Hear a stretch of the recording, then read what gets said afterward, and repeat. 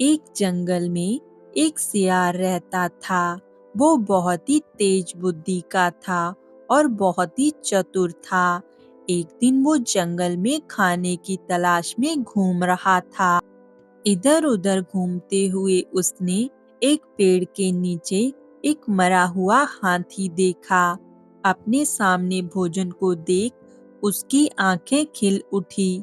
लेकिन जैसे ही उसने हाथी के मृत शरीर पर दांत गड़ाया, चमड़ी मोटी होने की वजह से वह हाथी को चीरने में नाकाम रहा। वो कुछ उपाय सोच ही रहा था कि उसने अपने सामने से एक सिंह को आते हुए देखा। सियार ने बिना घबराए आगे बढ़कर सिंह का स्वागत किया और हाथ जोड़कर कहा, स्वामी, आपके लिए ही मैंने इस हाथी को मारकर रखा है। आप इसका मांस खाकर मुझ पर उपकार करें। सिंह ने सियार से कहा, मैं किसी और के हाथों मारे गए जीव को नहीं खाता हूँ, इसे तुम ही खाओ। सियार मन ही मन खुश हुआ, पर उसकी हाथी की चमड़ी को चीरने की समस्या अब भी हल नहीं हुई थी। थोड़ी देर में उस तरफ से एक बाघ आता हुआ नजर आया। बाघ ने मरे हुए हाथी को देखकर अपने होठों पर जीभ फिराई। जब सियार ने बाघ को देखा तो सियार सोचने लगा, ये बाघ तो बड़ा चालाक है और ये सारा भोजन खा जाएगा। मुझे इसे यहाँ से भगाने के लिए कोई ना कोई तरकीब लगानी ही पड़ेगी।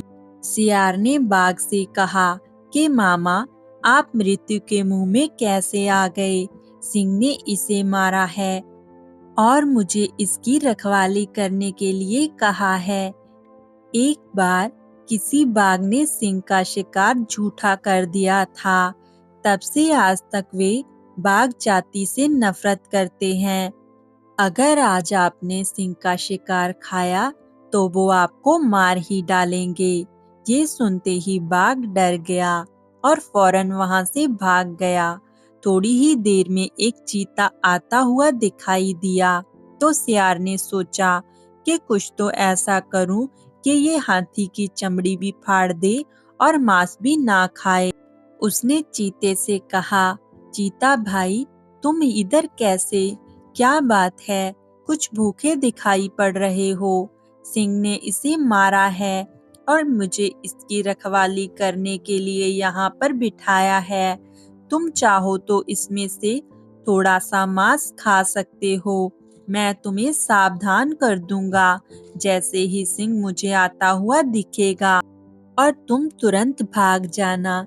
ऐसे तुम्हारा पेट भी भर जाएगा और जान भी बच जाएगी। चीते को सियार की बात और योजना अच्छी लगी, लेकिन डर के कारण उसने पहले तो मांस खाने से मना कर दिया। पर सियार के विश्वास दिलाने पर वो तैयार हो गया।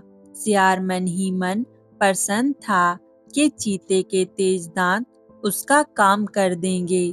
चीते ने पल भर में ही हाथी की चमड़ी फाड़ दी, पर जैसे ही उसने मांस खाना शुरू किया, दूसरी तरफ देखते हुए सियार ने घबराकर कहा, जल्दी भागो, सिंह आ रहा है। इतना सुनते ही चीता बिना देर किए भाग गया।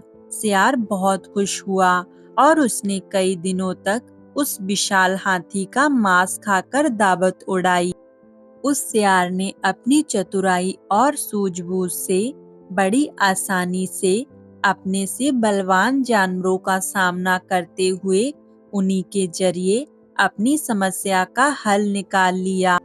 इस कहानी से हमें ये सीख मिलती है कि बुद्धि का बल शरीर के बल से कहीं ज्यादा बड़ा होता है और अगर सूझबूझ से काम किया जाए तो कठिन से कठिन समस्या भी आसानी से हल हो सकती है। इसलिए समस्या देखकर या खतरा देखकर घबराने की बजाय चतुराई से काम लेना चाहिए।